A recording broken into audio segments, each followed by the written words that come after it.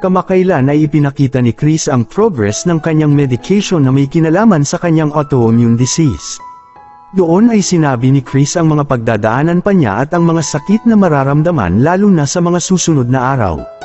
Kwento ni Chris, ramdam niya ang sakit nang bigyan siya ng second dosage ng biological injectable para mapababa ang kanyang sobrang taas na immunoglobulin E. Ayon kay Chris, sobrang mahapdi tuwing ini-inject ito dahil kailangang ibaon ng malalim ang pre-filled high-tech syringe. Dagdag pa niya, matindi pa ang effect at sakit nito sa binigyan ng Pfizer na vaccine pang COVID. Kaya naman ayon sa mga netizens, ganoon nakataas ang tolerance ni Chris sa pain.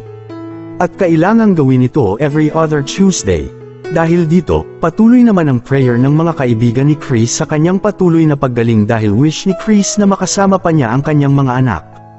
Hindi din napigilan ng dating Buggets actor na si JC Bonin ang mag-reach out kay Chris para ipanalangin ito. Narito ang message ni JC Bonin. Hi, Chris. I'm so sorry to hear of the challenges you've been facing with your health. Your life is an inspiration to many and myself included. My prayers are with you. If you are in Orange County, I'd like to visit you and say a prayer for you. May blessings of answered prayers abound for you.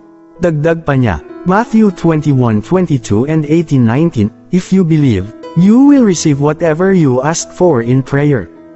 I also tell you this. If two of you agree here on earth concerning anything you ask, my Father in heaven will do it for you. Verses I'm believing on your behalf together with everyone who care and love you, let us believe without wavering knowing we serve a God of miracles. Looking forward to see you in OC. Nagpasalamat naman ang mga fans ni Chris kay JC dahil sa prayer na gusto nitong ibigay. Matatanda ang isa ng pastor si JC Bonin matapos niyang iwan ang show business sa Pilipinas at manatili na sa Amerika. As of now ay wala pang message si Chris kay JC.